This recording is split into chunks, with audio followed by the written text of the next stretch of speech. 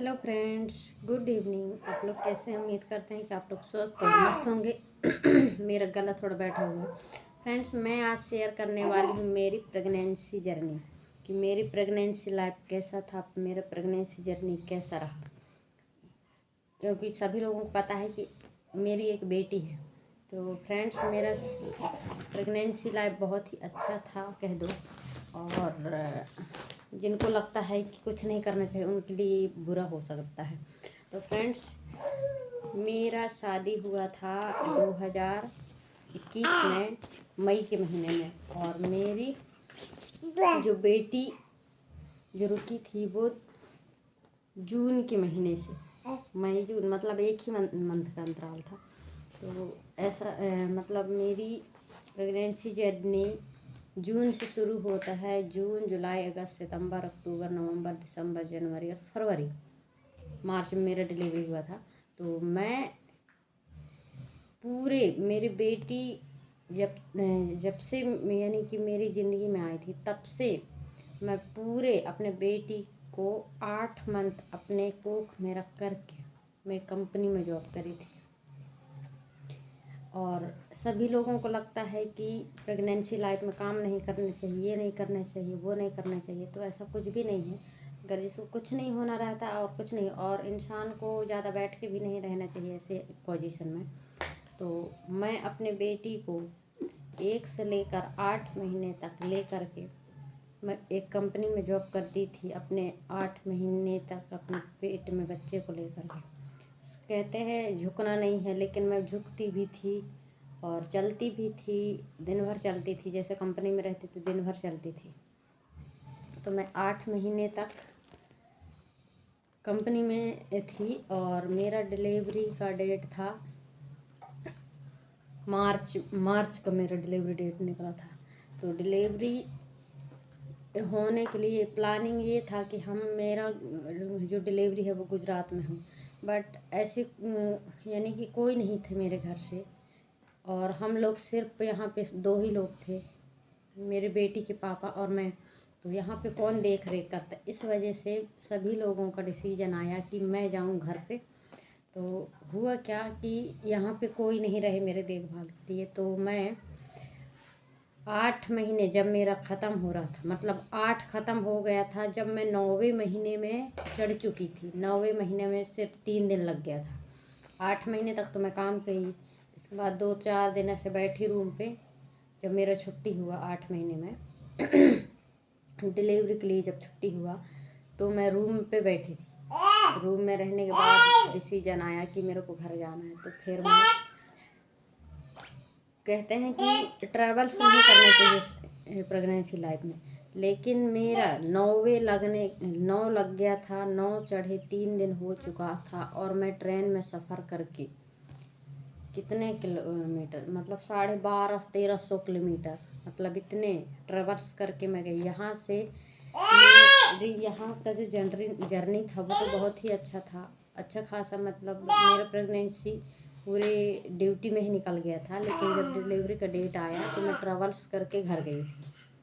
और कहते हैं कि ट्रैवल्स नहीं करना चाहिए लास्ट डेट में। मेरे को इतनी डर लग रहा था। मेरा शाम को 7 बजे ट्रेन था सूरत वापस, मतलब वापी से, और मेरे को 8:30 बजे पहुंचना था जबलपुर।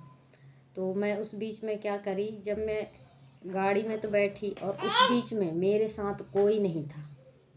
मैं अकेले ट्रैवल्स करके गई थी, क्योंकि मेरे साथ ना कोई लेने वाले नहीं आए थे और ना ही इधर से कोई भेजने के लिए गए थे। तो उस बीच में क्या, मेरी जो बेटी के पापा हैं वो मेरे को गाड़ी में बैठाल दिए थे, ट्रेन में बैठाल दिए। उस रात को मैं रात भर नहीं सोई थी, उठ उठ के बैठ रही थी, उठ उठ के बैठ रही थी। डर ये लग रहा था कि कहीं मेरे को बीच में ही ना डिलीवरी हो जाए। लेकिन सभी लोगों का आशीर्वाद था, दुआ था कि मेरे को कुछ नहीं हुआ। मैं सोच रही थी कि मेरे को जबलपुर पहुंचते पहुंचते मेरे को मतलब पेन शुरू हो जाए, बट बीच रास्ते में कुछ ना हो। तो ऐसे मन में ऐसे प्रार्थना करते जा रही थी। और मेरा जो जर्नी था वो ट्रैवल्स था, वो निकलते जा रहे थे। एक आखिरी ऐसा मोड़ आया कि मैं जबलपुर पहुंच गई। जबलपुर पहुंची, मेरे पूरा फैमिली वाले, मेरे भाई और जो मेरे सासू माँ हैं वो सारे लोग मेरे को लेने के लिए आ गए थे जबलपुर में। और जैसे मैं उतरी जबलपुर में, मेरे घर वाले मेरे को मिल गए। वहाँ से घर से गाड़ी लेके आए थे और मेरे को गाड़ी में बैठा के घर लेके गए। घर में पहुँचने के बावजूद भी मेरे को 1.5 महीने तक डिलीवरी नहीं हुआ था। मैं गई थी जनवरी में, और जनवरी और फरवरी पूरा अच्छे से निकल गया। इसके बाद मार्च में मेरे को 6 मार्च को मेरी बेटी हुई थी। और इत्तेफाक घर में बहुत, मैं प्रेगनेंसी जर्नी में बहुत ही स्ट्रगल से मेरा गुजरा है कह दो। हमारे जो पापा ससुर, उनका पैर भी टूट गया था। उस बीच में भी मैं घर में अकेली रही। और मेरी जो डिलीवरी जब था तो सभी लोग घर आ गए। इसके बाद जिस दिन घर पे सब लोग आए थे रिटर्न, उस दिन मेरा यानी कि लेबर पेन स्टार्ट हुआ था। और मेरी बेटी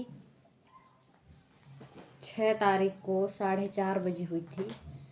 और मेरा जो डिलीवरी पेन है वो नाइट के 2 बजे ही स्टार्ट हो चुका था। और रात में ही सब लोग आए थे घर से। और मेरे बेटी के पापा भी चले गए थे, क्योंकि पापा का पैर टूट गया था, एक्सीडेंट हुआ था उस ऐसे कंडीशन में। तो ऐसे रहा मेरी प्रेगनेंसी जर्नी। मेरे को कुछ भी नहीं हुआ। अगर ऊपर वाले चाहता है ना तो कुछ भी नहीं होता है। तो सभी लोग को ऐसा लगता है कि प्रेगनेंसी में काम करना चाहिए, किसी को लगता है काम नहीं करना चाहिए। अगर चलते फिरते रहोगे तब तो ठीक है। जब मैं 8 महीने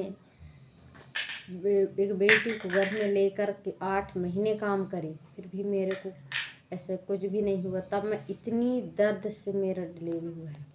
और जो मेरी डिलीवरी है फ्रेंड्स, वो बहुत ही प्रॉब्लम से, कम से कम नहीं तो 8 से 10 घंटे से ऊपर में मेरी डिलीवरी हुई थी, बहुत ही क्रिटिकल कंडीशन से। और चीरा के साथ हुआ है मेरे जो डिलीवरी है वो। बहुत सारा काटे थे, क्योंकि बहुत ही कहना चाहिए कि बहुत टाइम हो चुका था। सभी लोगों को, सभी लोग डर चुके थे, क्योंकि जो मेरा बेबी है ना फ्रेंड्स, वो बहुत ही मतलब लेट हुई थी, डेट से आगे बढ़ गई है बोल रहे थे डॉक्टर लोग। उनको लग रहा था कि बेबी गंदा पानी ना पी ले, इस वजह से बहुत सारा ऐसे काट के और इसके बाद मेरी बेटी को निकाले थे। तो ऐसा था मेरी प्रेगनेंसी लाइफ। जो जितना काम करता है तब उससे मेरे को कितनी प्रॉब्लम हुआ था, इसके कितनी प्रॉब्लम से बाद में मेरी बेटी हुई थी। तो जैसा भी कंडीशन रहा हो, बट मेरी बेटी सही सलामत दुनिया में आ गई। और हम लोग आज तक भेदभाव नहीं करते हैं कि हमको बेटा चाहिए बेटी। हमारे लिए तो बेटा और बेटी दोनों एक ही समान हैं। हम तो एक में ही खुश हैं। और मेरे लिए दूसरे का प्लानिंग नहीं है बिल्कुल भी। और अभी तक मेरी बेटी ही मेरे लिए सब कुछ है। तो हम अपने बेटी को, हमारे पूरे परिवार, मेरे मायके से, मेरे ससुराल से सभी लोग बहुत प्यार करते हैं।